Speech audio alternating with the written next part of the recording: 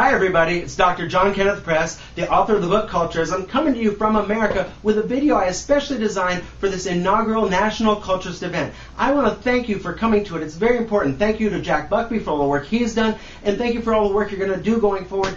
This work, believe it or not, I believe is the key to helping save Britain, save Western civilization, so it's very, very important. I want to thank you for your efforts in being at the bottom of this groundswell. It's going to take off, and I appreciate your being here. Thank you, thank you, thank you. Today, I want to talk about three things. First of all, I want to talk about culturism and foreign policy. There are a lot of ideas I can incorporate there. Secondly, I want to talk about the use of culturist and culturism as words to rescue the public discourse. And I want to talk to you about culturism in the curriculum.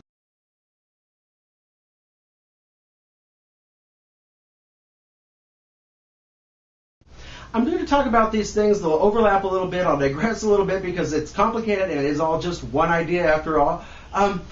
However, underlying all these things is a desire for us to take back the national discourse. So important, right? Right now, we can't even talk about our ideas. They don't even enter into policy debates because they're considered racist and a no-go. And if you can't even discuss your ideas, you've lost the debate. I mean, you'll lose your country, right? And also behind this, the subtext is that I'm trying to talk to you, expressing ideas to you, because I think what you're doing is important. I wouldn't make this video if I didn't think it was important. So every word I say is secretly a thank you to you, to Jack Buckby, to all of you for being in this inaugural National Culturist event. Thank you, thank you, thank you. So the first thing I want to talk to you about is foreign policy, right? We can win over some support from the multiculturalists because we too are isolationists, but we do it with more thought, right? And in this thinking process, we can also take on the globalists. We are against going to Afghanistan. Why? Because we know cultural diversity is real. Right? Afghanistan is an Islamic Sharia-based culture, and we're not going to turn it into a Western culture, right? They're not going to have democracy, freedom of speech, separation of church and state, LGBT freedoms, women's rights, all this kind of stuff. This is Western stuff. They're not going to have it. So no matter how much money, how much blood we spend over there, it's a fruitless cause, right? The globalists say, oh, well, we'll just spend money everywhere, and eventually everybody will believe what we believe. No. These are not their values, they're our values. And on that note, I want to make a very important distinction that will inform our foreign policy. These are not human rights we're fighting for, they're Western rights. They don't exist anywhere else. Look, ask your multiculturalist friends this. If the West disappears, who's going to protect these values that I just enumerated?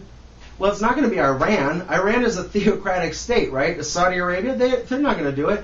It's not going to be China. China is a nationalist racist state. They don't believe in separation of church and state, freedom of speech, democracy, rights, and all this kind of stuff that I was talking about. Those are Western values, and we've got to recognize that those are Western values, right?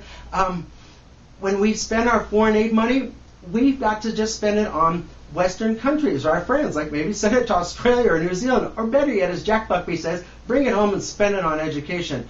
Does Iran spend money on Israel? They don't. Why not? Because they're culturists, and in being culturists, they know that they have a side to protect, defend, and promote. And we've also got to be culturists. We can't be the only people in the world that are globalists, that think everybody's that give money to everybody because we don't have a side. We have a side, really, people. And you know the globalists will tell you, well, the whole world's getting more diverse. It's not getting more diverse. The West is getting more diverse. Go to China, go to Iran, see if they're getting more diverse. They're not. They're culturists, right? So we've got to become culturists too. And on that note, I just want to digress a little bit. You know, we have regional differences. I know you guys have regional differences, but on the whole, compare every region to Pakistan. We're the West, we're together. Come on, get united. Okay, the second thing I want to talk about is the use of the word culturism and culturist.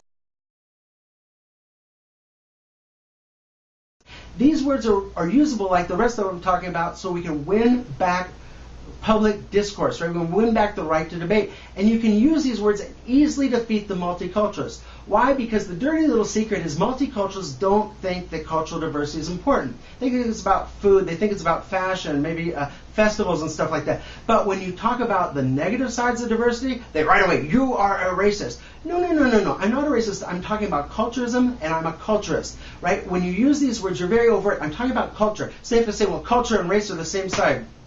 Same meaning. Really? That's not going to fly. They're not the same. They're different. I'm talking about culture. And furthermore, you're going on the offensive. If cultural diversity is important, it's important to talk about it. It's rational to talk about it. We're against racism. Of course, it's irrational. It's dangerous. We are against it. But none of our discussions are about being afraid of people because they're yellow or they're brown or skin color. They are about culture. And if cultural diversity is real, multiculturalist, we've got to be able to talk about it. It's rational. You think diversity is important, don't you?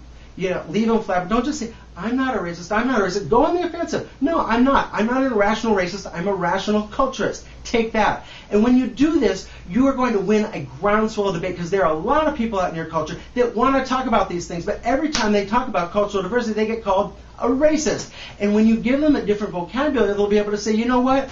I'm not an irrational racist. I'm not a hater. I am a lover of our culture, and I want to talk about cultural diversity and cultural issues because they are important. Are they not? I'm a culturist. So again, you're starting this, you're meaning thank you at the event, the inaugural event for the National Culturists, but this can swell. This can grow as this word, the opposite of multiculturalism, spreads throughout your land. You'll be the leader of just more than just a small movement, a student movement. You will be leaders of Britain going towards ideological freedom, the ability to discuss. The third thing I want to talk to you about is culturism in the curriculum. A lot of you guys are university students, right? And they talk endlessly about the virtues of multiculturalism and diversity, and every time you don't, they say you're racist. Like, the next time a professor starts on that, I want you to be brave. I want you to raise your hand up. And when they call on you, yes, you, I want you to say, are we going to talk about culturism and unity, or are we just going to talk about multiculturalism and diversity? If they say we're just going to talk about one, say, hey. Look, education is learning about different ideas and how they compete with each other.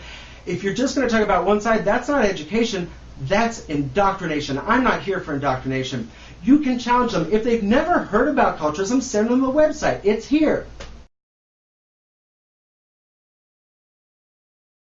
And when they're there, they can get all kinds of resources. They can watch lots of free videos. They can get the ebook. They can read articles. They can learn about cultures, and then they have no excuse not to teach about it. And the book, Culturism, is really meant to be a curricular guide, right? There's culturism in anthropology, in history, in Western history, which has a great plug for Britain imperialism. Go Britain. It has culturism in philosophy, even in natural science. You can write papers about this anywhere you want, and they have to confront it. Ultimately, I want you to tell them, look, we've got a multicultural class. For every time you use it or you have a multicultural class, I want you to have a culturist class on culturism. Really.